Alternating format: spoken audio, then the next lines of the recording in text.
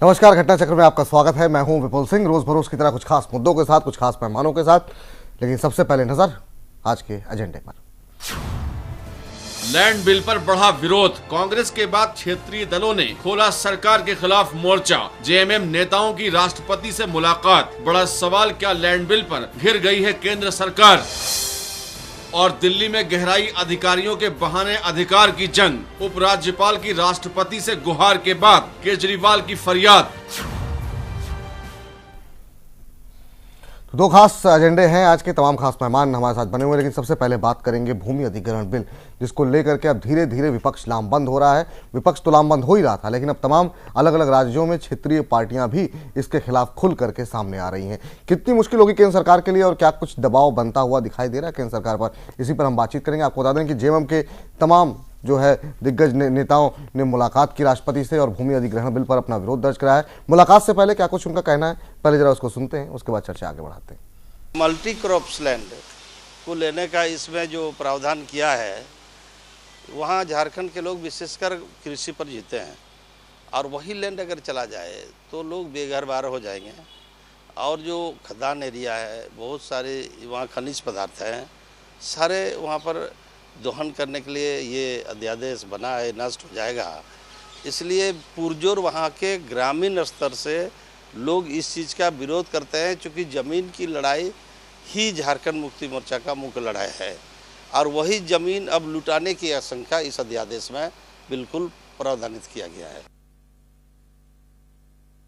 भूमि अधिग्रहण बिल हम लोग के लिए अभिशाप, खास करके झारखंड के लिए, संथाल परगना के लिए। वहाँ के लोगों को जीने का एकमात्र आधार है ज़मीन, जल जंगल ज़मीन। आज जिस तरह से अध्यादेश यहाँ पर लाया है, बिना किसान के सहमति से, बिना भू स्वामी के सहमति से कहीं भी अपना अधिग्रहण कर सकता है, ये हम लोग के लिए बहुत बड़ा अभिशाप है। इसलिए हम लोग बहुत विरोध कर रहे हैं। चलिए, तमाम खास मेहमान हमारे साथ जुड़ चुके हैं। हमारे साथ मौजूद हैं इरफान रसूल, वरिष्ठ पत्रकार। हमारे साथ मौजूद हैं मिथिलेश प्रसाद जी, नेता जेडीयू के। हमारे साथ जुड़े हुए हैं रामसागर सिंह, नेता भारतीय जनता पार्टी के। आप सभी का बहुत बहुत स्वागत है। पहला सवाल रामसागर जी आपसे ही करना चाहेंगे। अब जिस तरीके से विरोध देखने को मिल रहा है, आपको लग रहा है आपकी सरकार के लिए मुश्किलें बढ़ रही हैं? पहले जो संसद में घेरा जा रहा था, अब सड़क पर भी लगातार प्रदर्शन हो रहे हैं और अब तमाम अलग अलग राज्यों में क्षेत्रीय पार्टियां इसके खिलाफ मुखर रूप से आ रही हैं। अभी हम जेएमएम का उदाहरण देख रहे थे। कैसे हैंडल करेंगे आप सिचुएशन को? हमारे लिए ये काम आसान इन लोगों ने कर दिया है। भूमि अधिग्रहण बिल के संदर्भ में जो ये अफवाह फैला रहे हैं, गलत बयानी कर रहे हैं, और ये जितने लोग हैं, ये सारे पार्टी के लोग, अपना राजनीतिक जमीन खो चुके लोग एक साथ आए हैं। सारे ये देखेंगे तो जेल और बेल वाले लोग सारे हैं, भ्रष्टाचार में लिप्त लोग हैं, परिवार को बढ़ावा देने वाले लोग हैं। ऐसे ही लोग इसके खिलाफ लामबंद हो रहे हैं। वो अपना राजनीतिक जमीन तैयार करना चाहते हैं इस भूमि अधिग्रहण बिल के द्वारा। लेकिन आज भी जो हमारा दल इस भूमि अधिग्रहण बिल को लाया है, उससे ये गरीब हितैषी है, गांव हितैषी है, और ये ग्रामीणों के हित में है, किसानों के हित में है। इसलिए इन लोगों को चाहिए कि इस बिल का विरोध न करके इसका सपोर्ट करें। क्योंकि ये जितने भी वृद्धाश्रम वाले नेता हैं, ये आप देखेंगे तो सारे के सारे नेता आपको नजर आएंगे, ये ओल्ड एज होम वाले लीडर हैं। झारखंड में जो तमाम पार्टियां हैं जो विरोध कर रही हैं, वो तो ओल्ड एज होम वाली नहीं है। शिबू सोरेन जी का, हेमंत सोरेन तो नहीं है ओल्ड एज होम वाले, राहुल गांधी तो नहीं है ओल्ड एज होम वाले। मैं झारखंड का बात बता दूं कि ये चाहते हैं कि किसानों को 4 गुना जमीन नहीं मिले। ये टेनेंसी एक्ट का, इनके लीडर टेनेंसी एक्ट का उल्लंघन करके जमीन खरीदते हैं, सस्ते दामों पे गरीबों का जमीन खरीद करके ये अमीर होते जा रहे हैं और किसान गरीब होते जा रहे हैं। इनकी मंशा ये है कि जमीन बचा रहेगा तो मैं खरीदूंगा और कम दाम पे खरीदूंगा। जहां पर मुद्दा जल जंगल जमीन का होता है, लोगों को कैसे समझाएंगे आप ये बात? लोग, आपको लग नहीं रहा कि लोग भी नाराज हो रहे हैं इस बात से कि जिस तरीके से सरकार एग्रेसिव मोड पर है, अध्यादेश के जरिए एक अध्यादेश लाया गया, फिर दूसरा अध्यादेश लाया गया, लोगों तक जो मैसेज जा रहा है वो तो भूमि अधिग्रहण के खिलाफ काफी नेगेटिव जा रहा है। आप कैसे समझाएंगे अपनी बात? अगर ये भूमि अधिग्रहण बिल नहीं आता तो ये 14 दिसंबर 14 में ये समाप्त हो जाता और जो किसान का भूमि का अधिग्रहण हुआ था उसका कीमत 4 गुना नहीं मिल पाता। इसलिए हमारी मजबूरी थी कि 4 गुना मिले किसानों को, इसलिए हमको अध्यादेश लाना पड़ा। चलिए मिथिलेश जी, आपसे जानना चाहेंगे, अब तमाम क्षेत्रीय पार्टियां लामबंद हो रही है, आज जेएमएम गई है राष्ट्रपति से मिलने के लिए, क्या आपकी पार्टी भी ऐसी कोई योजना बना रही है या किस तरीके से आपकी पार्टी भी इस बिल के खिलाफ है, कैसे आगे बढ़ेंगे इसको लेकर के आप? देखिए, इस बिल का खिलाफ जितने भी छोटे छोटे दल हैं वो सारे लोग करीब करीब इस बिल के खिलाफ हैं। इसलिए कि 2013 में विपुल जी ये बिल आया था, कांग्रेस ने लाई, तो 2013 में सभी लोगों का समर्थन था, पक्ष और विपक्ष दोनों लोगों का समर्थन था और मेज थपथपा करके सम्मानित रूप से ये बिल को पास किया गया था 2013 में। क्या जरूरत थी 2015 में पुनः उस बिल को लाने का, हम नहीं समझते हैं। ये तो एक मतलब कुछ लोगों के मतलब कि एक मोनोपोली बना करके जमीन को जो है देने का, यानी कैपिटलिस्टों को जमीन देने का एक षड्यंत्र इसको कहा जाए, भूमि अधिग्रहण बिल नहीं है। चलिए ब्रेक का समय हो रहा है, जरा एक छोटा सा रिएक्शन इरफान जी आपसे, उसका एक छोटा सा ब्रेक लेंगे। अब आप कैसे देख रहे हैं और क्या मुश्किल में घिरती हुई दिखाई दे रही है केंद्र सरकार, ये बिल क्या गले की हड्डी बन सकता है सरकार के लिए? पहले ये तय करो कि वफादार कौन है, ये वक्त खुद ही बताएगा कि गद्दार कौन है। पक्ष और विपक्ष के बीच जो जंग जारी है, किसानों को कितना फायदा कितना नुकसान होगा अभी नहीं कहा जा सकता, लेकिन मुझे लगता है कि भारत सरकार, केंद्रीय सरकार शायद ये बताने में सक्षम नहीं है कि इसमें क्या क्या फायदे हैं। जब सवाल उठता है तो फायदे गिनाए जाते हैं, और 2013 में जो बिल आया था, अगर वो बिल पास हो जाता या पास करा लिया जाता जैसा बताया जा रहा है तो शायद इसकी जरूरत न होती। लेकिन मुझे लगता है कि विपक्ष भी जिम्मेदार होना चाहिए, विपक्ष की जिम्मेदारी जरूरी है, मगर कौन किसानों के हक में है, कौन किसानों के हित में, यह बात तय करना बहुत मुश्किल है और किसान इस बात को कैसे समझे। लेकिन सरकार की जिम्मेदारी है कि इस बिल के उन पॉइंट्स को हाईलाइट किया जाए जो किसान के हित में है, जो किसान के फेवर में है, ताकि भारत का आम किसान इस बात को समझ सके। चलिए छोटा सा ब्रेक ले रहे हैं, यहाँ पर जल्द लौट रहे हैं, ब्रेक के बाद भी इस मुद्दे पर चर्चा जारी रखेंगे।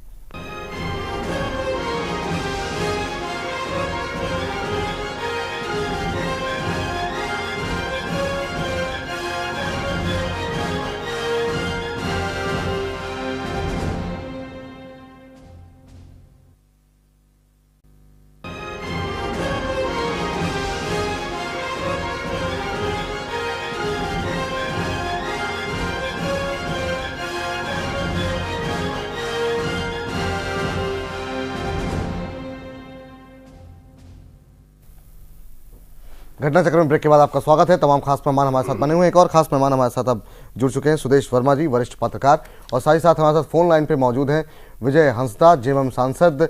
आपको बता दें कि आज हम जो चर्चा कर रहे हैं, जिस तरीके से भूमि अधिग्रहण बिल पर अब तक तमाम जो विपक्षी पार्टियां हैं संसद में घेर रही थी, और अब तो तमाम क्षेत्रीय दल हैं वो भी आक्रामक मुद्रा पे आ रहे हैं। जेएमएम ने आज मुलाकात की है राष्ट्रपति के साथ। विजय हंसदा जी हमारे साथ मौजूद हैं।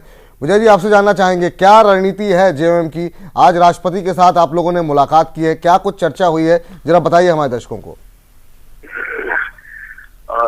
कुछ बातें जेएमएम हमेशा अपने तरफ से जिस तरह से अपने राज्य में भी रखते आ रही है, और मैंने भी सदन में भी कई बार रखी जी कि भूमि अधिग्रहण का जो मसला है वो हमारे लिए और हमारे राज्य के लिए कहीं बहुत ज्यादा घातक है जी। और इस बात को हम लोगों ने जाकर के राष्ट्रपति जी के सामने रखा। हमारे माननीय नेता गुरुजी और हेमंत सोरेन जी अपनी बातों को वहां पे रखे। आपसे जानना चाहिए क्या कुछ कहा गया, राष्ट्रपति की तरफ से कुछ आश्वासन दिया गया, क्या आप लोगों ने बातें रखी, उधर से क्या प्रतिक्रिया मिली, क्या जरा बताइए हमारे दर्शकों को। तो जमीन अधिग्रहण वाला भी जो है जी, और आपका जाके 6th शेड्यूल भी आपका जाके राष्ट्रपति के अंडर ही आता है, तो कहीं न कहीं इस मसले को हमारे पार्टी की तरफ से, क्योंकि हमारे राज्य के लिए एक बहुत अहम मुद्दा है जी, आदिवासी और मूलवासी जी, और वहां पे क्योंकि सबसे ज्यादा हमारे पास मिनरल्स एंड माइंस है जी, तो अगर इस कानून के आने के बाद सबसे ज्यादा हम लोग को नुकसान होने वाला है। और हमारे माननीय राष्ट्रपति जी बगल के ही क्षेत्र से आते हैं, झारखंड से सटे हुए क्षेत्र से आ रहे हैं और बहुत पुराने समय से जुड़े हुए हैं झारखंड से, तो वहाँ की समस्याओं से बिल्कुल अवगत है। उन्होंने आश्वासन भी दिया कि इस बात को जरूर आप लोगों ने जो प्रस्ताव दिया, विजय जी, जो प्रस्ताव आपने लिखा है उस प्रस्ताव में है क्या, जरा बताएंगे हमारे दर्शकों को? आपका जाकर के एक तो हम जमीन अधिग्रहण को लेकर के और जो असेसमेंट की बात रही कि जमीन लेने के बाद असेसमेंट की बात रही, वो भी जो हटा दिया गया, उस पर भी चर्चा की गई।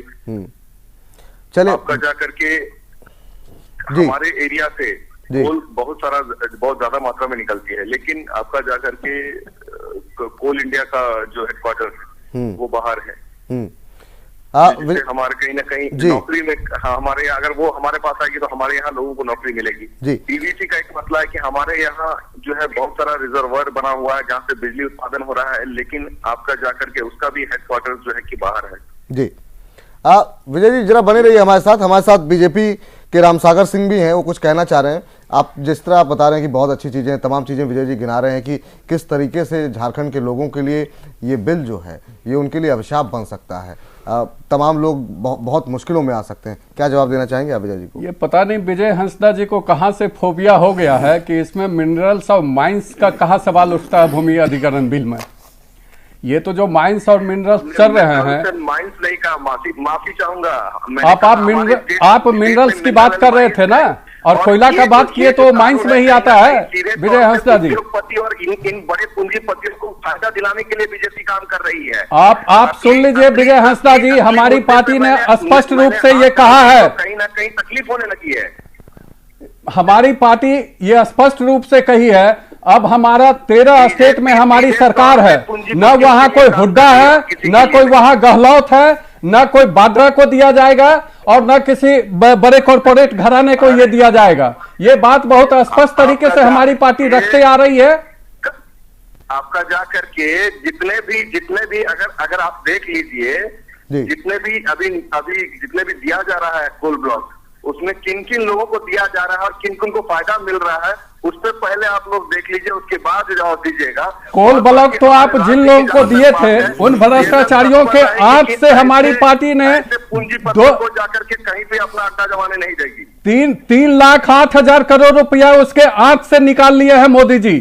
चलिए ठीक है, कोल ब्लॉक के भ्रष्टाचारियों से 2 लाख। सुदेश वर्मा जी भी हमारे साथ मौजूद हैं, उनसे भी बातचीत करते हैं। आप भी उसमें शामिल थे, आपके शिबू सोरेन जी भी शामिल थे उसमें। सुदेश जी आपसे आपके नेता शामिल थे, शिबू सोरेन जी कोल ब्लॉक में। ठीक है सर, जेएमएम को सुना, बीजेपी को सुना, कैसे देख रहे हैं आप इसे जमीन अधिग्रहण को? क्या वाकई में लग रहा है गले की हड्डी बन गई है केंद्र सरकार के लिए, और कैसे पास कराएगी? राज्यसभा में नंबर है नहीं, क्या इस पे गतिरोध और बढ़ता हुआ देख रहे हैं? जिस तरीके से आज जेएमएम के तमाम सांसद राष्ट्रपति से मुलाकात उन्होंने की है, अब हो सकता है कि इसके पीछे इसके आने वाले समय में और भी बाकी क्षेत्रीय दल भी मुलाकात करें, तो कैसे देख रहे हैं आप इस मुद्दे को? देखिए, मुझे लगता है कि ये जो बिल है ना, ये बिल वैसा नहीं है जैसा इससे दर्शाया जा रहा है, और कहीं ना कहीं जो सत्ता पक्ष है बीजेपी फेल हुई है लोगों को कन्विंस करने में। जो वार ऑफ परसेप्शन है ना, उसमें बीजेपी कहीं हारती नजर आ रही है, क्योंकि कांग्रेस ने पूरा लीड लिया किसानों के इशू पर और ये बताने लगी, लेकिन हकीकत जब आप एनालाइज करेंगे तो आप देखेंगे कि जैसे अभी बात कर रहे थे विजय हंसदा झारखंड से, उन्हें पता होना चाहिए कि पतरातू के चारों तरफ जिंदल ने जमीन खरीद लिया है। वो लैंड एक्विजिशन बिल की जरूरत नहीं है उसमें, पूरे रांची और चारों तरफ प्राइवेट लोगों ने बिल खरीद लिया है, ये इनको पता होगा। लैंड एक्विजिशन बिल की जरूरत नहीं है इसके लिए, लैंड एक्विजिशन बिल की कहाँ जरूरत है? मैं आपको बताने की कोशिश करूंगा। जैसे मान लीजिए डीएमआईसी कॉरिडोर बन रहा है, दिल्ली मुंबई इंडस्ट्रियल कॉरिडोर, ये कॉरिडोर वेस्टर्न साइड में बन रहा है, और अगर ये बन गया तो इंडिया को एक बहुत बड़ा इकोनॉमिक बूस्ट देगा। उस कॉरिडोर को अगर मान लीजिए बन रहा है तो बहुत से किसान खुद ही दे देंगे जमीन, क्योंकि बहुत अच्छा कॉम्पेंसेशन मिल रहा है। लेकिन अगर कुछ किसान जमीन को नहीं देते हैं तो उसको गवर्नमेंट एक्वायर कर सके उसके नॉर्म से, बहुत लोग तो स्वेच्छा से ही दे देंगे, क्योंकि अगर वो नहीं बनता है उस पर और डेविएट करना पड़ा तो इकोनॉमिकली वायबल नहीं होगा। और इसी कारण से इस बिल को आप उस तरह मत देखिए कि ये किसी प्राइवेट प्लेयर को सपोर्ट करेगा, मैं नहीं मानता। कोई प्राइवेट प्लेयर को सरकार की जरूरत नहीं है, प्राइवेट प्लेयर ऑलरेडी खरीद रहे हैं बेतरफात जमीन। अगर आप झारखंड में प्राइवेट प्लेयर को जेएमएम इतना बॉदर्ड है झारखंड में, तो उनके खिलाफ मुहिम चलाए जो कि ट्राइबल लैंड्स को पूरा ऑक्यूपाई किया हुआ है, जिसको दिक्कू बोलते हैं, वो तो इनका खत्म हो गया। विजय जी, आपसे मैं समझना चाहूंगा कि रघुवर दास ने भी मुलाकात की शिबू सोरेन के साथ, उनके घर जाकर के वो मिले इस बिल के समर्थन के लिए। आज आप लोग राष्ट्रपति से मिले इस बिल के विरोध में, और जैसा कि अभी सुदेश जी कह रहे थे कि जिस तरीके का परसेप्शन बनाया जा रहा है वास्तविकता वैसी है नहीं। आप क्या जवाब देंगे इसका? मैं सीधे तौर पे कहना चाहता हूं कि आजाद भारत को फिर से ये लोग कैद में डालना चाहते हैं। और एक बात है, आजाद भारत में ये लोग कॉन्सेंट क्लॉज कैसे हटा सकते हैं? और आपका सोशल इम्पैक्ट असेसमेंट से भी ये लोग पीछे हट रहे हैं। क्यों हट रहे हैं? नहीं पीछे नहीं हट रहे हैं। सोशल इम्पैक्ट की बात है विजय हंसदा जी, सोशल इम्पैक्ट की बात है। आप उन किसानों को उसी गरीब फटेहाल हालत में देखना चाहते हैं। ये आप लोगों का आंख उसी हालत में उसको रखना चाह रहा है। देना चाहते हैं जिस तरह से आप लोग जिस तरह से आगे बढ़ रहे हैं, आप लोग तो किसान को इस भारत देश में जो है किसानों का देश कहा जा रहा था, कुछ समय बाद ये किसानों का देश नहीं रहेगा। आज किसान 18 करोड़ किसान किसानी छोड़ दिए हैं। ये किसका दिया हुआ है? विजय जी एक सवाल है मेरा, ये कांग्रेस का ही दिया हुआ है ना। एक सवाल मेरा है जिसके साथ आप राजनीति कर रहे हैं। सर एक मेरा सवाल है विजय जी, ये उसी अविश्वास का ये कारण है। कहीं कोई शंका किसानों को है तो आप लोगों के कुकृत्यों के द्वारा विश्वास नहीं हो पा रहा है। और हमारी सरकार जब से आई है तब से कंपनसेशन का, अभी बिहार में ही लैंड एक्विजिशन हुआ है, 1 सप्ताह के अंदर पैसा मिल गया सारे किसानों को। किसान खुशहाल है, लोगों को खुशी हो रही है कि आप उस पैसे से मेरे बच्चे पढ़ेंगे, हमारे गांव में अस्पताल बनेगा, हमारे गांव से सड़क गुजरेगी। विजय जी से जरा कुछ पूछना चाह रहा हूँ। विजय जी मेरा एक सवाल आपसे ये है कि जो अभी आप किसानों की बदहाली और बता रहे थे किसान किसानी छोड़ रहे हैं, तमाम चीजें आपने कही, मेरा सवाल यह है कि 2013 में एक कानून आता है जिसमें विपक्ष दोनों जो है मिलकर के उस कानून को पास कराते हैं। उससे पहले और उसके बाद की स्थिति को अगर हम देखें, लगातार किसान जो है, जब ये कानून नहीं था उसके पहले भी किसान आत्महत्या कर रहे थे, जब ये कानून आया 2013 में तब भी आत्महत्याएं हो रही थी, अब कोई नया कानून लाया जा रहा है तब भी आत्महत्याएं हो रही हैं। तो किसानों की स्थिति तो कहीं से भी सुधरती दिखाई नहीं दे रही है। आप कह रहे हैं कि 2000 मैंने बोला कि ये फुटबॉल का खेल जो है जी, कांग्रेस ये अभी बोल रहे हैं कांग्रेस ने ऐसा कानून बनाया जी, और अभी जो है फुटबॉल का खेल ये लोग भी खेल रहे हैं। और आपका जा करके 2013 का जो बिल बना था उसमें 2 साल का लंबा डिस्कशन चला था जी, और उसको सबको कचरे के डब्बे में डाल करके अध्यादेश के रास्ते से ये लोग कानून लाए हैं। नहीं, उसका बहुत बड़ा पार्ट इसमें है। जो वो 2 साल चला था उसका बहुत बड़ा पार्ट इसमें है। मिथिलेश जी कुछ कहना चाह रहे हैं? इसमें जो हम लोग इंक्लूड किया है, मैं थोड़ा एक्सप्लेन करूं इसको। तैयार नहीं है। चले पहले जरा, अगर इंडस्ट्रियल कॉरिडोर बनेगा तो वहाँ किसान को डेवलप्ड लैंड में से 20% फिर उनके लिए। रेलवे की बात कर रहे हैं आप, जहाँ पे भी विकास की बात होती है पहले भी जमीन ली गई है। ऐसा मत बोलिए कि पहले की कोई जमीन एक्वायर नहीं हुआ और कहीं भारत का विकास ही नहीं हुआ। आप ही लोग एक तो ठेका लेके रखे हैं कि भारत का विकास करके, लेकिन ट्रांसपेरेंट गवर्नमेंट नहीं थी, उसका ट्रांसपेरेंट गवर्नमेंट, ईमानदार सरकार नहीं थी। अब आज ट्रांसपेरेंट गवर्नमेंट है, ईमानदार गवर्नमेंट है, इसलिए उसका लाभ मिलेगा।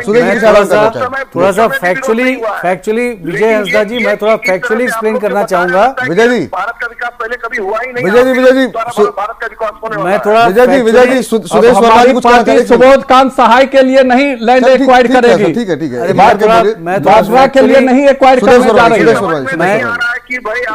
मैं थोड़ा, अगर आप लोग शांत हो तो मैं थोड़ा सा फैक्चुअली एक्सप्लेन करूं। के लिए नहीं यहाँ पे खड़ा हुआ हूँ। जी विजय जी गिना रहे हैं सुबोध कांत सहाय, आप लोग गिना रहे हैं और किसी और को, बाड्रा, मैं उसके लिए बात, ये बीजेपी और कांग्रेस की फुटबॉल खेलने में मैं शामिल नहीं। चले विजय जी आप लोग आप लोग जो दिखा रहे हैं कि आप चाहते हैं कि आप सुनिए विजय जी जरा कुछ कहना चाह रहे हैं। सुदेश जी पहले आपके नेता वहाँ टेनेंसी एक्ट का उल्लंघन करके गरीबों का जमीन लेते हैं, आप नहीं चाहते हैं कि उसको ज्यादा कीमत पर। थोड़ा सा धैर्य से सुनिए तो डिबेट करना आसान होगा। 2013 में ये बिल आया था, जिस बिल की चर्चा विजय हंसदा जी कर रहे हैं, हम लोग कर रहे हैं। उस बिल में कंसेंसस था, लेकिन 2013 से लेकर 2015 तक लैंड एक्विजिशन नहीं हुआ, क्योंकि बिल के ऐसे प्रावधान थे और मुख्यमंत्रियों ने लिख के दिया कि इस बिल के डिफिकल्ट प्रावधान के कारण लैंड एक्विजिशन नहीं हो पा रहा है। महाराष्ट्र के इसी के कारण कांग्रेस रूल स्टेट भी थे, इसी के कारण अमेंडमेंट करना पड़ा। आप फैक्ट्स को मत झुटलाइए, आप राजनीति करिए लेकिन फैक्ट्स को मत झुटलाइए। हम लोग का काम फैक्ट्स को झुटलाना नहीं है। और आप जहां तक लैंड एक्विजिशन की बात करते हैं, पुराने लैंड एक्विजिशन जितना भी होते थे पुराने एक्ट के तहत होते थे, उसमें मनमौजी होती थी और इसी कारण से किसान जो है कोर्ट में जाता था और इंस्टॉल हो जाता था। और आपको दूसरी बात ये पता होना चाहिए कि ये कंकरेंट लिस्ट में है लैंड, कंकरेंट लिस्ट में सेंटर ने लॉ बना दिया। अगर कोई स्टेट चाहता है कि इस लॉ को न इंप्लीमेंट करे तो स्टेट को आजादी है, मत इंप्लीमेंट करिए। तो जो स्टेट इसको इंप्लीमेंट करेगा वो स्टेट डेवलपमेंट के रास्ते में आगे बढ़ेगा। अगर आप झारखंड को नहीं चाहते हैं जाए तो झारखंड नहीं जाएगा। आप वहां स्टेट गवर्नमेंट से बात करिए, आप प्रेसिडेंट से क्या बात कर रहे हैं? जी विजय जी। जी हाँ जी विजय जी, वो कह रहे हैं कि 2013 की जो बिल थी उसमें स्टैंडिंग कमेटी से जो रिपोर्ट बन के आई थी उसमें बीजेपी के सांसद थे, तब जाकर के वो रिपोर्ट आकर के तब जाकर के हामी भरी थी और तब जाकर के आपके संसद के पटल पे आई थी। जी नहीं विजय जी, तो ये कह रहे हैं कोई कानून बने और उससे बेहतर कानून बन रहा हो तो ये नहीं होना चाहिए क्या? ये बेहतर कानून है, कानून बना रहे हैं। 13 से बेहतर ये है बिल। चले ठीक है, मिथिलेश जी कुछ कहना चाह रहे हैं? मिथिलेश जी होगा हमारे लिए और हमारे राज्य के लिए तो बिल्कुल नहीं है। 2013 में जो बिल आया था उसमें आप देखिए ये आपके लिए हो सकता है, हमारे दोनों जो है एक सामूहिक रूप से उसको देख करके और 2 साल उसका जो है गैप टाइम ले करके उस पर अध्ययन किया गया। उसके बाद पूरा मेज थपथपा के पूरा पार्लियामेंट उस बिल पर अमल करके अब पास किया गया। लेकिन तो आज का जो बिल आया है 2015 का बिल में देखिए विपक्ष जो है पूरा का पूरा आउट है। मिथिलेश जी एक सवाल सुन लीजिए। सवाल ये है कि ठीक है बिल बहुत अच्छा था, लेकिन वजह क्या रही कि तमाम मुख्यमंत्रियों ने चिट्ठी लिख करके ये कहा कि इसके जरिए हम जो है जमीन अधिग्रहण नहीं कर पा रहे हैं। वजह क्या रही कि जब से बिल बना उसके बाद से कोई 1-2 राज्यों में थोड़ा बहुत छोड़ करके कहीं जमीन अधिग्रहण हुआ ही नहीं। वजह क्या मानते हैं इसकी आप? नहीं देखिए, ये तो देखिए कुछ कमियां हर बिल में होती है, हम ये नहीं कहते हैं कि नहीं, लेकिन ये जो 2013 के पहले को ही दूर करके 2013 के पहले भी सरकार जमीन किसानों से लेते रही, ऐसी बातें नहीं है।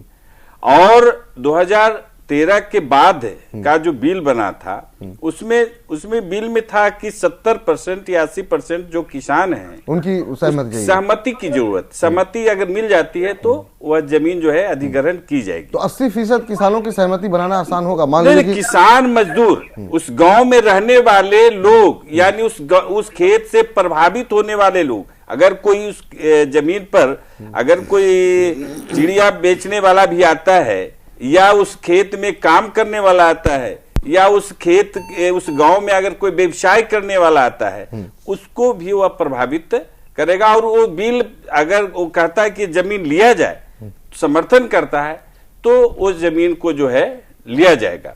तो ये जो बिल आई थी यह बिल सर्वसम्मति से आया था। लेकिन आज जो बिल आया है वास्तव में अगर देखा जाए तो एक तरह से देखा जाए पूंजीपतियों के हाथ में पूरा का पूरा ये जो है बिल देने का यानी पूरा जमीन लैंड देने की एक अभियान के तौर पर ये लाया गया है, जिसके लिए पूरा विपक्ष एक साथ विरोध में है।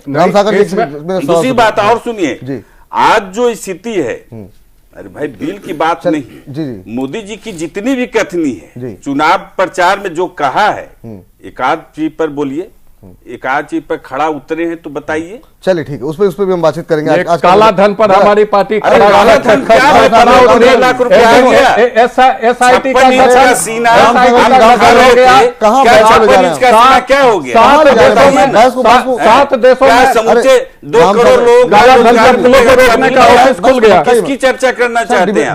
डिबेट टॉपिक पे रखिए। रामसागर जी, मेरा सवाल ये है कि ये बात तो सच है कि आपके पास राज्यसभा में नंबर नहीं है, आपको विपक्ष के बिना समर्थन के इस बिल को आप पास करा नहीं सकते हैं। तो जो विपक्ष की मांगे हैं आप क्यों नहीं उसको मान रहे हैं? क्यों बार बार अध्यादेश पे अध्यादेश? अब जिस तरीके से अब JMM है, बाकी पार्टियां हैं, TMC है, वो पूरी तरीके से इस बिल के विरोध में है। आप बिना समर्थन के इस बिल को पास कराएंगे कैसे? क्या ऐसे ही अध्यादेश लाते रहेंगे?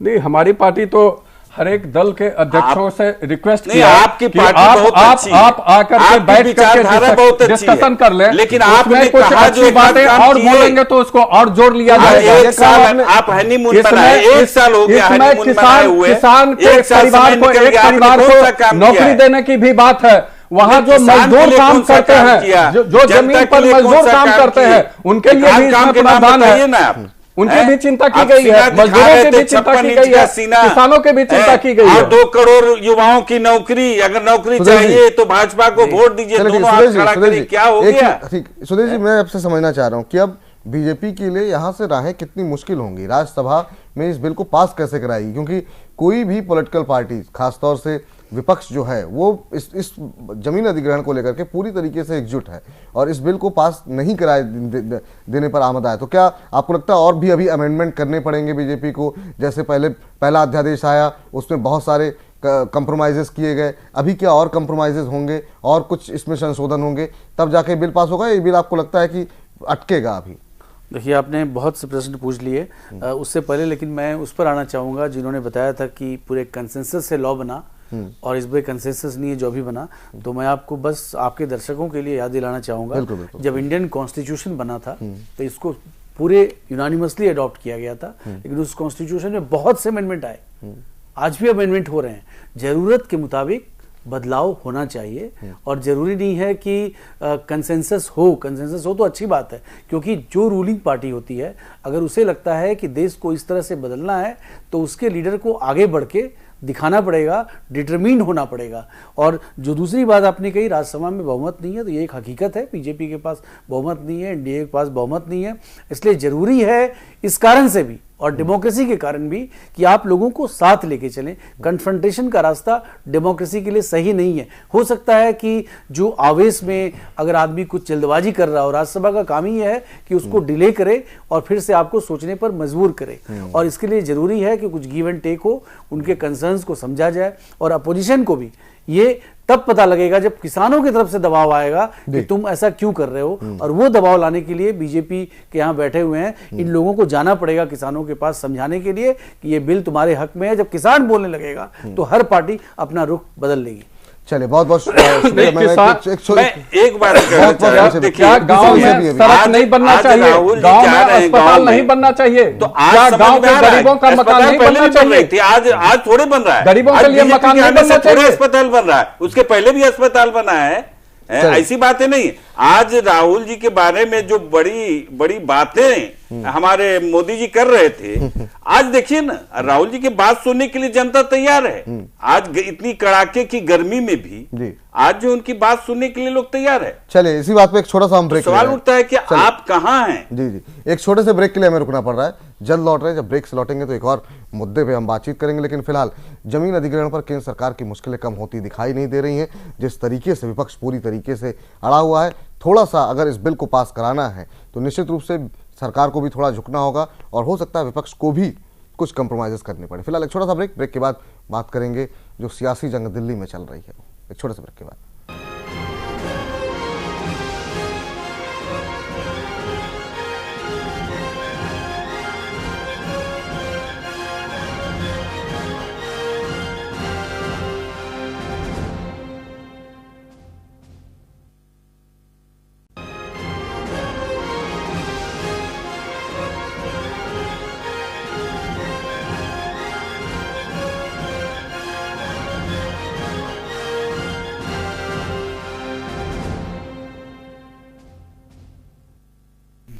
घटना चक्र में ब्रेक के बाद आपका स्वागत है। बात करते हैं आज के दूसरे मुद्दे की। दूसरा मुद्दा आपको बता दें, दिल्ली सरकार और उपराज्यपाल की जंग अब बढ़ती हुई जो है राष्ट्रपति भवन तक पहुंच गई है।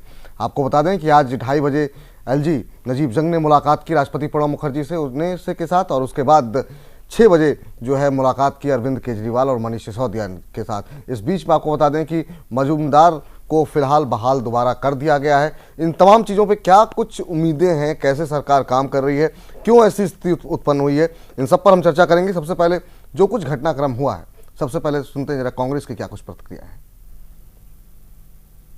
दिल्ली एक यूनियन टेरिटरी और इसमें मुख्यमंत्री और एलजी की अपनी अपनी जुरिस्डिक्शंस हैं और दोनों को अपनी जुरिस्डिक्शन के तहत काम करना चाहिए, क्योंकि दिल्ली की जनता को गवर्नेंस चाहिए।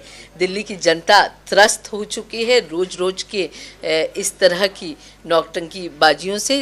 दिल्ली की जनता अब गवर्नेंस चाहती है और इसलिए उसको ध्यान में रखते हुए मुख्यमंत्री और एलजी दोनों को अपने अपने जुरिस्डिक्शन, अपने सरहदों में रहते हुए दिल्ली की जनता के लिए काम करना चाहिए। दिल्ली नागरिकों के लिए ये बड़े दुर्भाग्य की बात है कि जो वक्त एडमिनिस्ट्रेशन पे लगाना चाहिए वो इन मुद्दों पे लग रहा है, ताकि जो आम डेवलपमेंट एजेंडा है उन पे तो कोई ध्यान ही नहीं दे रहा। भाई देखिए, जो योगेंद्र यादव और प्रशांत भूषण का नहीं हो सकता वो जनता का कैसे होगा। बीजेपी क्या कुछ कह रही है वो भी सुनिए। दिल्ली में जो कुछ हो रहा है वो सबको प्रत्यक्ष दिख रहा है, और दिल्ली के बारे में हम कुछ कहें इसका मतलब यह है कि हमें दिल्ली के लोगों के विवेक के ऊपर प्रश्न चिन्ह लगाना है। दिल्ली के लोग बहुत विवेकपूर्ण ढंग से, बहुत बारीकी से सब चीज़ों को देख रहे हैं। तमाम खास मेहमान हमारे साथ बने हुए हैं। हमारे साथ रामसागर जी हैं, नेता भारतीय जनता पार्टी के, मिथिलेश प्रसाद जी हमारे साथ, नेता जेडीयू के, सुदेश वर्मा जी हमारे साथ वरिष्ठ पत्रकार हैं, और बाकी नेताओं से भी हम बातचीत करेंगे, फ़ोन के जरिए भी उनके व्यूज़ लेंगे। सुदेश जी, आपसे जानना चाहेंगे, ये जो कन्फ्रंटेशन की स्थिति बनी हुई है, एलजी साहब कुछ कह रहे हैं, सरकार कुछ कह रही है, सरकार कह रही है कि राष्ट्रपति शासन जैसी स्थिति हो गई है, एलजी साहब कह रहे हैं कि मेरा अधिकार क्षेत्र है। एक अधिकारी जो है उसके जब वो पहुंचता है ऑफिस तो ताला मिलता है, बाद में उसकी बहाली होती है, फिर राष्ट्रपति के पास तक सारा मामला जाता है। कैसे देख रहे हैं इस कन्फ्रंटेशन को आप? देखिए, केजरीवाल जी बड़ी छोटी लड़ाई किए और मुख्यमंत्री बन गए बहुत छोटे प्रदेश, जो कि आधा प्रदेश है, और आम आदमी पार्टी के लोगों को ये समझना चाहिए कि ये पूरा प्रदेश नहीं है, फुल स्टेटहुड नहीं है। यहाँ लेफ्टिनेंट गवर्नर, एक जो नॉर्मल गवर्नर होता है बाकी स्टेट में जो नॉमिनल हेड होता है वो नहीं है, एक एग्जीक्यूटिव हेड है यहाँ का। और यहाँ के मुख्यमंत्री जो उनको बहुत कम पावर है, जैसे लॉ एंड ऑर्डर इनके पास नहीं है, लैंड इनके पास नहीं है, और सिविक कम्युनिटीज इनके पास है। तो अगर आप अपने चादर के दायरे से बाहर होके आप चाहेंगे चीजें हो तो नहीं होंगी, और कन्फ्रंटेशन का कारण यही है। मुझे हमेशा से लगा है केजरीवाल जैसे लड़ाकू को बिहार में जाके उतरना चाहिए था कि वहां की राजनीति में बहुत तेजी से बदलाव होता। दिल्ली में क्या राजनीति बताइए? दिल्ली में क्या? दिल्ली तो बहुत पैम्पर्ड सिटी है। दिल्ली से पैम्पर्ड कोई है क्या? आप कहीं चले जाइए, यहाँ झगड़ा होता है, समझ में नहीं आता किस चीज का झगड़ा। एक चीज आज देख रहे थे, तमाम जगहों से जो खबरें हमें मिल रही कि जो तमाम ऑफिसर्स हैं वो भी सरकार से काफी नाराज हैं, एक लामबंद हो रहे हैं कि वो अब दिल्ली सरकार के साथ काम करने में दिक्कत हो रही है। ऐसी स्थिति जब होती है कि जब अफसर और सरकारों के बीच में जब टकराव होता है, आपको लगता है इसका खामियाजा दिल्ली को भुगतना पड़ सकता है, दिल्ली के विकास को भुगतना पड़ेगा? देखिए, ये गलत है, क्योंकि अफसर जो है ना उसे न्यूट्रल होना है, वो किसी का इंस्ट्रूमेंट नहीं है, वो गवर्नमेंट का इंस्ट्रूमेंट है। तो जब पावर जो आपके दायरे बंधे होंगे तो आपको पता होगा कि वो ऑफिसर आपके लिए क्या काम कर रहा है। जैसे दिल्ली पुलिस इनके दायरे में नहीं है, ये यूनियन गवर्नमेंट के पास है, तो आप दिल्ली पुलिस को डायरेक्ट करेंगे तो आपकी बात नहीं मानेगा। इसमें कोई इंसल्ट फील करने की बात ही नहीं है। और उसी तरह कुछ ऐसे ऑफिशियल्स हैं जिन्हें अगर लेफ्टिनेंट गवर्नर अपॉइंट करता है आपके लिए, तो ये मान के चलिए कि लेफ्टिनेंट गवर्नर ज्यादा पावरफुल है, क्योंकि दिल्ली को उस तरह रखा गया है। दिल्ली भारत की राजधानी है, और दिल्ली को आप पूरा छूट नहीं दे सकते। मैं दिल्ली के पूरे स्टेटहुड के खिलाफ हूं कि आपके पास यहाँ यूनियन गवर्नमेंट है और पूरा देश का हर एक व्यक्ति दिल्ली को अपना मानता है। आप दिल्ली को बांट नहीं सकते। इसी कारण से दिल्ली का जो स्टेटस है वो यूनियन गवर्नमेंट का रखा गया है। मिथिलेश जी, आपकी पार्टी ने समर्थन दिया है केजरीवाल को, कहा जा रहा है कि नहीं जो कह रहे हैं वो सही है। कैसे देख रहे हैं आप, कैसे सही मान रहे हैं? जैसा अभी सुदेश जी कह रहे थे कि दिल्ली और बिहार या उत्तर प्रदेश बाकी राज्यों से अलग है, दिल्ली बहुत कम पावर्स हैं मुख्यमंत्री के पास। क्या इस बात को समझ नहीं पा रहे हैं अरविंद केजरीवाल? नहीं, देखिए, जो जनमत मिला है, दूसरी बात कि जो नजीब जंग जी का जो दायरा है, समझे ना, अभी कह रहे थे, तो वास्तविक में देखा जाए तो कहीं ना कहीं थोड़ा सा सरकार के प्रति जो हमारे राज्यपाल जी का जो चल रहा है मामला, थोड़ा सा गड़बड़ है। क्या गड़बड़? बाकी जो भी हमारे पदाधिकारी, उनके पदाधिकारी सरकार के हैं, वो सभी तो खुश हैं, लेकिन एक पोस्ट के लिए ये जो है पूरी राजनीति कहीं न कहीं जो है कुछ ऐसे लोगों के साथ है, कुछ ऐसी केंद्र की सरकार की, पर वो भी तो ठीक नहीं है कि अधिकारी को नियुक्त किया गया, वो जो पहुंचता है तो वहां ताला लगा मिलता है, उसको ताला लगा दिया आपने। एक 24 घंटे के अंदर आप उसे फिर से बहाल कर रहे हैं राष्ट्रपति से मिलने से पहले। केंद्र के उसकाने पर ये सारी गेम की जा रही है। हमारे राज्यपाल जो डिप्टी हैं, वो इनको अगर देखा जाए शुरू से तो कहीं न कहीं थोड़ा सा अपॉइंट आप ही का, एलजी का अपॉइंटमेंट कांग्रेस ने की थी, तो कांग्रेस ने की वो थी, लेकिन कांग्रेस ने बहुत सारे कभी आप उनको बहुत सारे राज्यपाल को हटाया गया, लेकिन इनको नहीं हटाया गया। तो आप चाह रहे हैं इनको भी हटाए बीजेपी? नहीं नहीं, हटाने की बात मैं नहीं कर रहा हूँ। मैं कह रहा हूँ कि ये जब कह रहा है कि कांग्रेस ने बहाल किया, मैं भी जान रहा हूँ कि कांग्रेस ने बहाल तो किया है। बीजेपी ने जिसको नहीं हटाया है वो सब बीजेपी के इशारे पे राज्यपाल तो टेन्योर पूरा होने के बाद ही गए हैं। जिन राज्यपाल को नहीं हटाया गया वो बीजेपी के इशारे पे काम कर रहे हैं, ये आप कह रहे हैं? ये हाँ एकदम, ये जो है खास करके दिल्ली के जो नजीब जंग जी हैं, ये वास्तविक में कहीं न कहीं मोटिवेटेड होकर के सारा प्रक्रिया में काम कर रहे हैं, जो ये सराहनीय नहीं। बेचारे बिहार में उनका सपोर्ट चाह रहे हैं तो गलत बातों का भी ये समर्थन करेंगे। की तरफ से समर्थन दिया जा रहा है और ये भी कहा गया कि भाई एक आदमी अगर मुख्य सचिव को चीफ सेक्रेटरी को अपॉइंट नहीं कर सकता तो सरकार कैसे चलाएगा? तो इसमें क्या गलत बात है? आप कैसे? नहीं, तो बात सही कर रहे हैं, गलत रामसागर जी। नहीं, वो तो जो संवैधानिक दायरा एक है बना हुआ, यहाँ के लिए कानून बना हुआ है, उसके दायरे में ही दोनों को काम करना होगा। केजरीवाल जी को भी करना होगा, नजीब जंग जी को भी करना होगा। और यहाँ के ऑफिसर्स पीस रहे हैं। ऑफिसर पीस नहीं रहे हैं, पीस में है, शांति में है, खुश है, काम कर रहे हैं। क्या बात कर रहे हैं? शांति में रहता तो बेचारा काहे के लिए 14 ऑफिसर लिख करके देने के लिए तैयार है कि आप हमें यहाँ से हटा दो। नहीं कहा, उदाहरण दे के बताइए। कितने अफसरों को निकाला गया? कोई कह रहा है गुटखा खा लिया था इसलिए, बाद में वो कहते हैं नहीं हमारी वो चूंकि मैं उनकी बात नहीं मार रहा था इसलिए मुझे बाहर निकाल दिया गया। अभी गैम्बलिन का केस सामने है, मजूमदार के ऑफिस में ताला लगा देते हैं। तो एक नहीं कई उदाहरण मिल गए मिथिलेश जी। नहीं ऐसा नहीं कुछ है। देखिए चलिए सुदेश जी आपसे जानना चाहेंगे, ये जो मुझे लगता है ये सारे प्रकरण में ये जो हमारे साथी लोग हैं अरविंद केजरीवाल और बाकी लोग, ये आंदोलन से आए हुए हैं।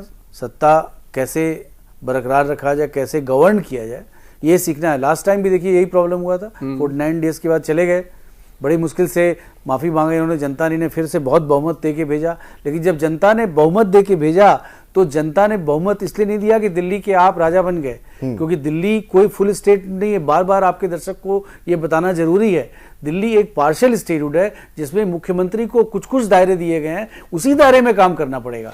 एक बात कही मनीष सिसोदिया ने, जहां तक सचिव बनाने की बात है, मुख्य सचिव बनाने की बात आपने की, आपको फैक्चुअली करेक्ट करूं कि 2 नाम गया था और उसमें से नजीब जंग लेफ्टिनेंट गवर्नर को एक नाम चुना था, उन्होंने चुना, तो आप कैसे ब्लेम कर सकते हैं? ये तो गलत होगा ना कि आपने जो प्रोसेस बनाया है, आप बोलिए कि आप क्यों रखें कि इसी को मिलना चाहिए, फिर आप एक ही नाम भेजते।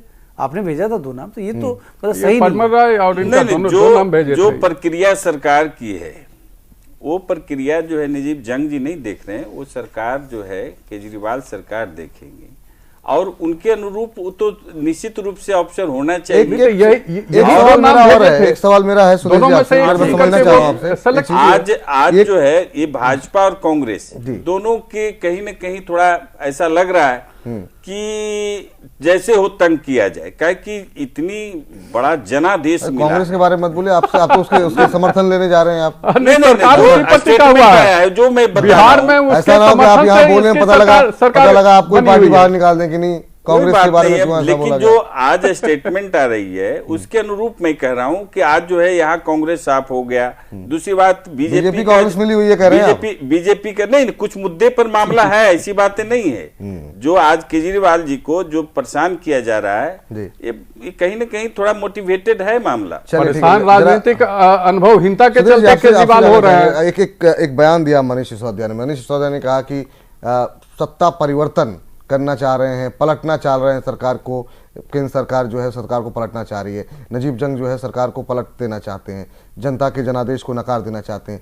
ये जब बयान देते हैं तो बहुत सारी चीज़ें, खासतौर से व्यूअर्स जो हैं, कई बार उनको लगता है क्या ये कैसे संभव है कि किसी एक अधिकारी की नियुक्ति को लेकर के केंद्र सरकार किसी सरकार को ही पलट दे या राज्यपाल ऐसा कर दे। क्या मिसकंसेप्शन फैलाने की कोशिश कर रही है आम आदमी पार्टी? देखिए मुझे नहीं लगता ऐसा कुछ भी होने वाला है, क्योंकि मुझे क्या लग रहा है ना, मुझे लग रहा है एक रियलाइजेशन हो रहा है, क्योंकि ये लोग अच्छे व्यक्ति हैं। मनीष सिसोदिया, अरविंद केजरीवाल कुछ करना चाहते हैं, जैसे नरेंद्र मोदी करना चाहते हैं, देश ने मैंडेट दिया तो इन्हें मैंडेट मिला, लेकिन ये बहुत छोटी चीज के लिए मैंडेट मांग रहे थे। मुझे तो लगता है फिर से कहीं ऐसा ना लग रहा हो इन्हें कि हम फंस गए, और जो ये मैसेज पूरे देश में देना चाहते थे कि गवर्नेंस के थ्रू हम पूरा बदल देंगे और उसके बाद बाकी जगह आ जाएंगे, तो मुझे लग रहा है वो मैसेज शायद नहीं दे पा रहे हो, क्योंकि लिमिटेड पावर्स है। तो इसीलिए जब आप सरकार में जाते हैं, सरकार में जाना पहले तो वही एक गलत डिसीजन था। आप आंदोलन पूरे देश में छेड़ते और पूरी सत्ता, केंद्र की सत्ता में भी आते और स्टेट में भी आते, तो आप बड़ी भारी परिवर्तन कर पाते। और आम आदमी पार्टी में वो ताकत दिखी थी एक समय,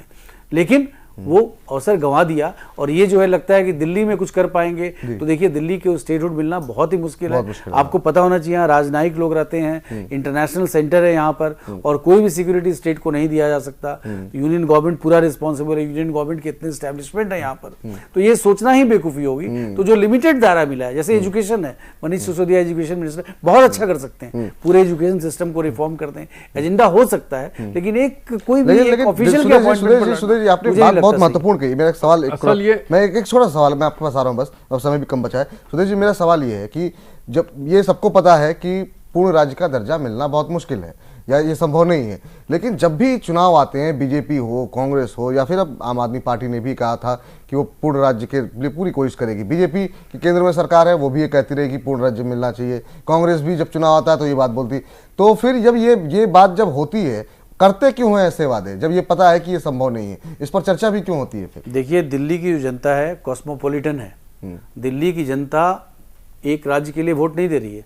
दिल्ली की जनता ने आम आदमी पार्टी को क्यों लाया आपको भी पता है। एंटी करप्शन मूवमेंट से ये उभर कर आए और उनको लगा कि एक नए लोग हैं, इन्हें भी एक मौका देना चाहिए। बीजेपी और कांग्रेस को मौका दिया, इन्हें मौका देके देखते हैं कि क्या ये करप्शन पर नकेल लगा पाते हैं, कुछ अच्छा गवर्नेंस कर पाते हैं। किसी ने स्टेटहुड के लिए वोट नहीं दिया। इस चीज को रियलाइज करना बहुत जरूरी है। कभी कभी एजेंडा में चला जाता रहता है हमेशा, वो चूंकि एजेंडा में आ गया इसलिए आ गया है। उस पर कभी कोई रेफरेंडम हुआ हो दिल्ली में, मुझे नहीं लगता दिल्ली की आम जनता कभी नहीं चाहेगी इसको फुल स्टेटहुड मिले। चलिए रामसागर जी, आखिरी सवाल मेरा बहुत संक्षेप में अब आपसे जानना चाहूंगा। ये जो लगातार इल्जाम आप पर लग रहा है कि आप चूंकि आप केंद्र में हैं तो आप जानबूझ करके दिल्ली सरकार को परेशान कर रहे हैं, थ्रू एलजी साहब आप लगातार दबाव बनाने की कोशिश कर रहे हैं, अपॉइंटमेंट चीफ सेक्रेटरी तक को जो है आप उस तरीके से परेशान कर रहे हैं। दूसरा सवाल ये भी है कि जब आपको पता है आप राज्य का दर्जा नहीं दे सकते, जब आप इलेक्शन में जाते हैं तो क्यों इस तरह के वादे करते हैं कि नहीं, हाँ पूर्ण राज्य का दर्जा हमारी सरकार आएगी तो हम दे देंगे? ऐसे प्रॉमिसेस, फेक प्रॉमिसेस क्यों करते हैं?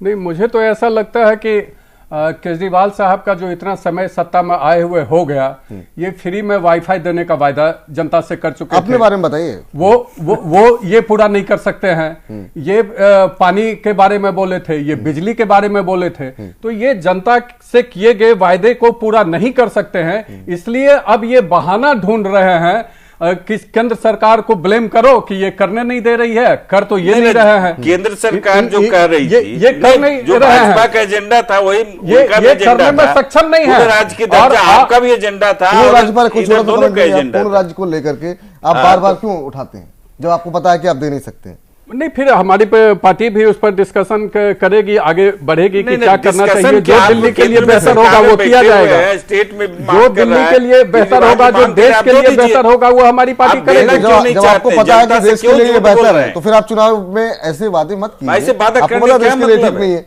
चलिए, बहुत बहुत शुक्रिया, बहुत बहुत धन्यवाद आपका। रामसागर जी, मिथिलेश जी, आपका भी बहुत बहुत शुक्रिया। सुदेश जी, आपका भी बहुत बहुत धन्यवाद इस कार्यक्रम में जुड़ने के लिए। फिलहाल घटना चक्र में इतना ही। तमाम बड़ी खबरों के लिए देखते रहिए जैन टीवी। नमस्कार।